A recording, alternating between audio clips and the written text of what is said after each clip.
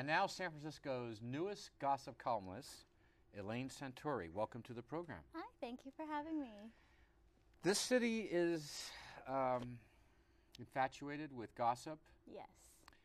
I have promised your boss an article called Glitz, in which I say that San Francisco is always a reflection of Los Angeles. You know, the whole celebrity thing of Los Angeles. Yeah. We get it here, I think, in a more provincial way. Yes. Now, you've carved out, for the time being, a certain area of the gossip world. Why don't you tell us about that? Well, I tend to focus on the political scene more. It started out when I was on SFist, the blog. I used to write about, I originally set out to write about society people, and I did, but I kind of lost interest in doing that. I started writing more about political types. And gossip. Yeah, and gossip. Right. And how those two relate. And I thought that, you know, because I would read a lot of the other gossip columns, and I wondered why nobody wrote about us, you know, about progressives or any of the political people, because I felt that there were just as many interesting types and eccentric types and good-looking people in that group. Well, now, you left out something there. Yes. And that is this, that if you take the average age of the 15 most powerful people in San Francisco, that's the board, district attorney, city attorney, and Mr. Mayor, the average age has dropped considerably. Yes. So you're also reporting on a younger generation. Yes, and that was another thing. I didn't really connect much with the other gossip scene because a lot of those people were much older than me. Much older. So, and so, you know, of course, trying to look much younger, but much older, and I didn't really have an interest in that group. Yeah. I didn't relate I don't to think it. they really. I think the gossip columns that deal with that just say that these people showed up. Yeah. You go beyond that a bit. Yeah, I go into they showed up, who they were with, what they said, what they wore. I talk about little anecdotes, whatever, you know, they said to me in response either to myself or my columns. And I think people like that because it makes them feel like they were right there and that they're inside. Now, you left SFist. Yes. Why did you leave SFist? I didn't leave. They actually asked me to leave. They fired you? Yeah. Okay. Why did they fire you? They had their I do reasons, good scooping too. You know, yeah, you're very good. You should work for us. So why did they fire you? They said that I had become a cult of personality. A what? A cult of personality. A cult of personality. And what did they mean by that? My popularity had gone beyond just being on the blog. People were talking about my posts, and they were talking about me personally and how I looked. Why did that bother the SFist? I don't know. They talk in the we, you know, the we think this and our, you know, and I think that they said that it was compromising the group feel. I see. Of it. You have a big ego. I mean, that's what they were saying. I think they thought that, but, you know, I figured that people wanted to know who I was because I was continually making fun of what other people looked like. So I thought, well, why don't I just put up a photo of myself and show people what I look like? And it got a very bad reaction. You give SFist a lot of credit for taking online blogging, and I think it's beyond blogging. And they've had a real impact on the city. Yes, yes. And they're scooping a lot. They scoop some. They don't. I think the scoops come from the people who respond to what they write, but I don't think that it's... fascinating comments. Yeah, the fascinating comments, which started out as fun, but have kind of degenerated into something very negative. And it's almost become like the wall. Yeah, or these it's become forums. the wall, and it's gotten much nastier. But isn't that San Francisco right now? Look at your own progressive movement. Yeah.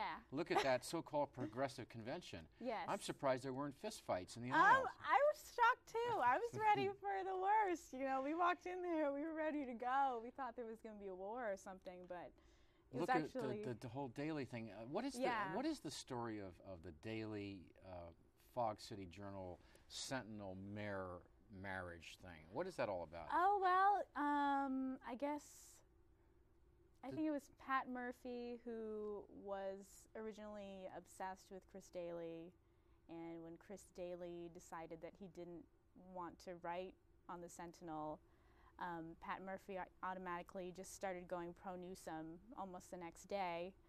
And so that, I guess, eventually Luke Thomas and Pat Murphy split. Yep. And Chris ended up writing, he's written a couple things for Fog City Journal. So I guess it's a, Pat Murphy represents the whatever anti-Daly movement going on. So let's take this as an example. You got the situation where he was just fired. Yeah. Probably for the same reason. Yeah, probably. Yeah, that's what I've heard. I mean, I wasn't around back then, you know. But, I've only been doing this a couple months. But how are you handling this? How are you going to handle that? How have you already handled? What do you do? What does your mind do? Where do you, when you go to social events and so on now, what are you doing? What are you looking for? I'm looking for I'm looking for what people look like, what they say, any kind of tiffs that people are having that week, any kind of tension. What did you see at the Progressive Convention as far as daily tension?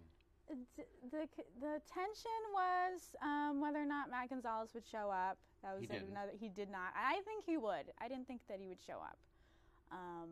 You think he's going to run? I think he will. Everybody knows he's going to run. I shouldn't say that, but well, he's a man of the moment. Yeah, yeah, and he's definitely. We know that he's working towards a campaign. He just hasn't. He's just not ready to say it. Let me ask you this question. This is well known. I mean, among the insiders. Yeah. And we chatted about this. There's this real dichotomy between Matt Gonzalez and Gavin Newsom in their choice of dates or significant others. It's a flip-flop. It seems like Matt Gonzalez appreciates sort of yuppie type people, and the mayor definitely appreciates a little more esoteric, unusual people. How Quirky. do you explain that? Quirky. Well, I guess when Luke was on here, you talked about the Scientologist, Sophia We Milos. were there in the Scientology era. Yes, the Scientology era. She was a little bit odd, but very beautiful. No, I'm not suggesting that. I think they're all very interesting people. I'm just saying, what do you think about the fact that the progressive Matt Gonzalez, with his formerly wild hair and attitude, what he's trying to do with that? He's always seen with more, you know. Yeah, I've seen him at parties with. I think one of them was this kind of PR type. Yeah. And How I was wondering. that? I didn't know. You know, I didn't even. Could it be that they are actually different? They're not the same people. He's actually more straight and yuppie, and Gavin Newsom's actually a little bit, wacky. I don't. You know, maybe secretly he is. I see Gavin as more of kind of a frat guy. He's going to get reelected? I don't know. If we don't have a candidate to oppose him, a strong candidate, he probably will. You talked to his current girlfriend. Yes. Jennifer, just recently. Yes, I did. How was that? It was a little bit awkward. I didn't know if she recognized me. I don't think that she did.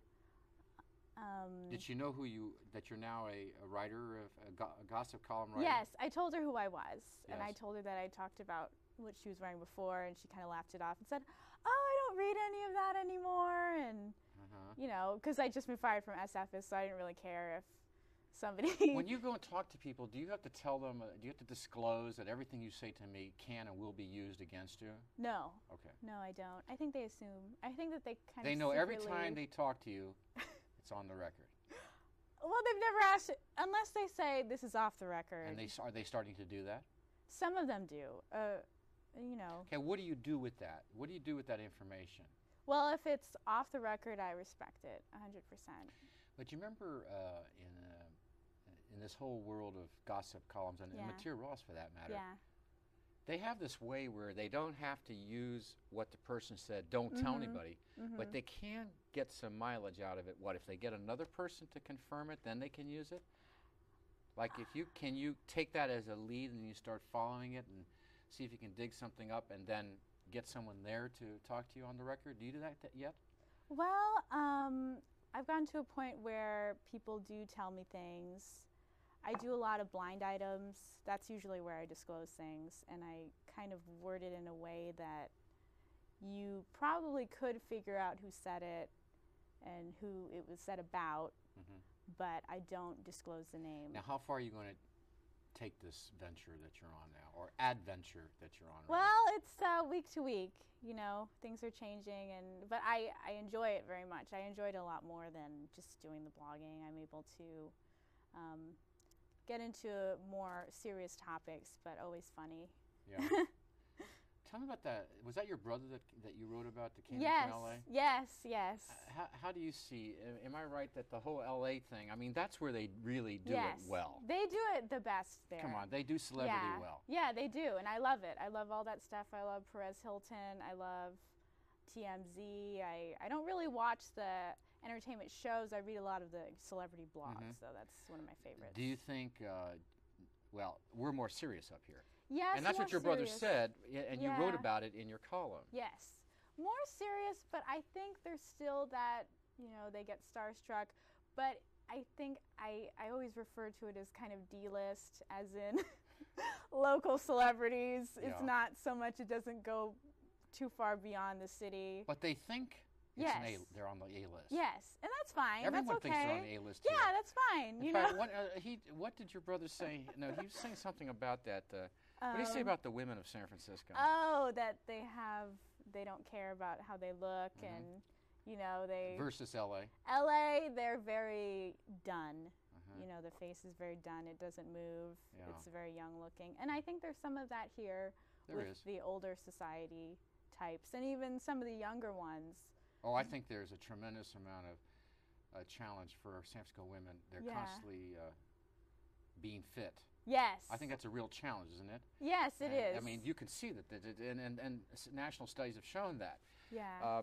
But in terms of the glitz part, do you think San Francisco is a major, we only got a minute left, a major city with all the glitz and glitter, or is it become sort of a, as I felt, kind of a mirror or a moon revolving around the larger places like Chicago, Los Angeles, even Washington, where political gossip is very big? Yes. Do you think San Francisco is a leading center of gossip and glitz?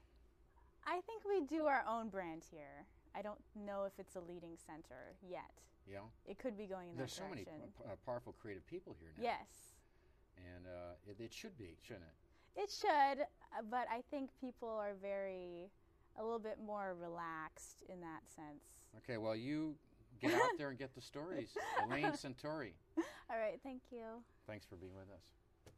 And thank you for being with us. And we'll see you next time. Visit our website at www.sfunscripted.com.